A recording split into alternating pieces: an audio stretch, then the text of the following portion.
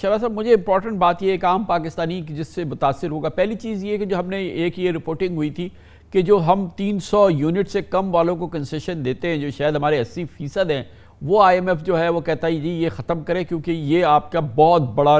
Cause ہے جس کی وجہ سے آپ کا یہ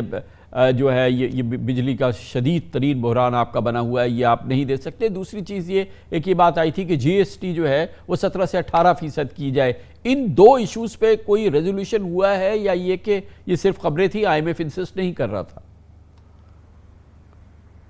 نہیں، کامران خان صاحب، یہ آئی ایم ایف کی جو ڈیمانڈز ہیں وہ ہمیں ماننی پڑیں گی۔ جیسا میں نے پہلے گزارش کی، آئی ایم ایف اپنی جگہ پہ کھڑا ہے، ہم نے آگے بڑھنا ہے، اور اس میں بھی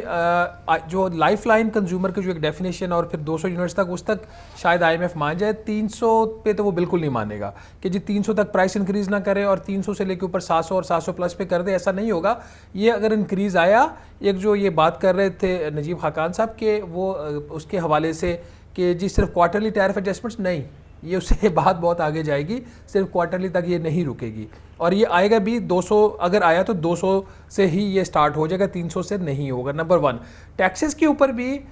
جو میجر ایک ریونیو سپنر ہوگا جس سے سب سے زیادہ ٹیکس اکٹھا ہوگا 5 ماہ میں، وہ آپ کا جی ایس ٹی ہوگا، وہ بھی حکومت کو ماننا پڑے گا۔ یہ کہیں پہ آج بات ہوئی لیکن چارہ نہیں ہے، کیونکہ آئی ایم ایف اپنی پوزیشن جو ہے اس کو وہ چینج نہیں کر رہا۔ وہ تھوڑی بہت جو ریلیف، جیسے ایک تو بات ہوگی اس کے حوالے سے، فلڈ کے حوالے سے آپ کو مل جائے گی، بے نظیر انکم سپورٹ پروگرام کے حوالے سے کچھ آپ کو وہ 2 چیزیں جو ہیں وہ انڈر کنسیڈریشن ہے۔ ایک تو جو منتھلی اس کا اسٹائپینڈ ہے اس میں انکریز آ سکتا ہے، اور دوسرا نمبر آف بینیفیشریز وہاں پہ انکریز آ سکتا ہے۔ باٹم لائن یہ ہے کہ جو ہارڈ میئرز ہیں وہ اکراس دا بورڈ ہوں گے، وہ ایک لائف لائن آپ 200 یونٹ کا نکال کے، اور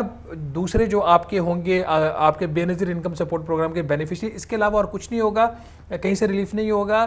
باقی آپ کو اقدامات کرنے پڑیں گے۔ جو فیول کارڈ کی بھی بات ہو رہی ہے موٹر سائیکلس کے لیے، یہ پہلے بھی کئی دفعہ پچھلے 10-12 سال سے بات آتی ہے، یہ ورکیبل نہیں ہے، یہ ہو نہیں سکتا، اس میں بہت زیادہ لیکیجز ہوتی ہیں، تو وہ ڈائریکٹ سبسڈی کی طرف جائیں گے، اور اس سائڈ کے اوپر میرا نہیں خیال کو ان کو کوئی ریلیف ملے گا۔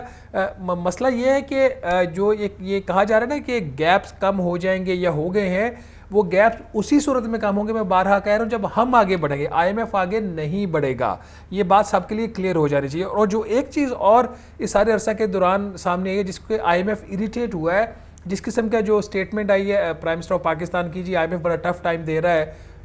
اس چیز کے اوپر بھی آئی ایم ایف تھوڑا سا کوئی خوش نہیں تھا ان سے، اور میں نے اپنی خبر میں بھی لکھا، حکومت پاکستان کو اس کے اوپر ان کو ایکسپلینیشن دینی پڑی ہے، انہوں نے شاید معافی بھی ان کو مانگنی پڑی ہو کہ نہیں، ان کا مقصد یہ نہیں تھا، وہ عوام کو تیار کر رہے تھے۔ اور دوسری چیز جسے آئی ایم ایف اریٹیٹ ہو رہا ہے، جس قسم کی تیاری کر کے ہمارے لوگ ان میٹنگز میں گئے، اور وہاں پہ جو ان کا بیہیویئر تھا، اور یہ سمجھتے تھے کہ جی ہم آئی ایم ایف کو کنونس کر لیں گے، یا آئی ایم ایف کو چیز کا پتہ نہیں، نمبرز کو گھما کے دیکھ لو، ایسا وہ نہیں ہے۔ ایک چیز ضرور ہے کہ پہلے یہ نمبر جو ہے وہ چھپاتے تھے، اب یہ ضرور وہ اس طریقے سے انہوں نے چھپایا نہیں ہے، جس طرح آپ نے پرائم منسٹر صاحب کی اسٹیٹمنٹ بھی سنوائی کہ وہ ایک ایک چیز کو چیک کر رہے ہیں، وہ حکومت پاکستان کے کسی بھی شخص پہ، کسی بھی ادارے پہ وہ ٹرسٹ نہیں کر رہے، وہ ان سے نمبر لے لیتے، ان کو بہت زیادہ کراس کویسچننگ نہیں کرتے، وہ واپس جاتے ہیں اور نمبرز کو اپنے ماڈلز میں خود رن کرتے ہیں، اور پھر ان کے پاس واپس آتے ہیں۔ لیکن یہی وجہ ہے کہ جو ہمارے تکنیکی مذاکرات،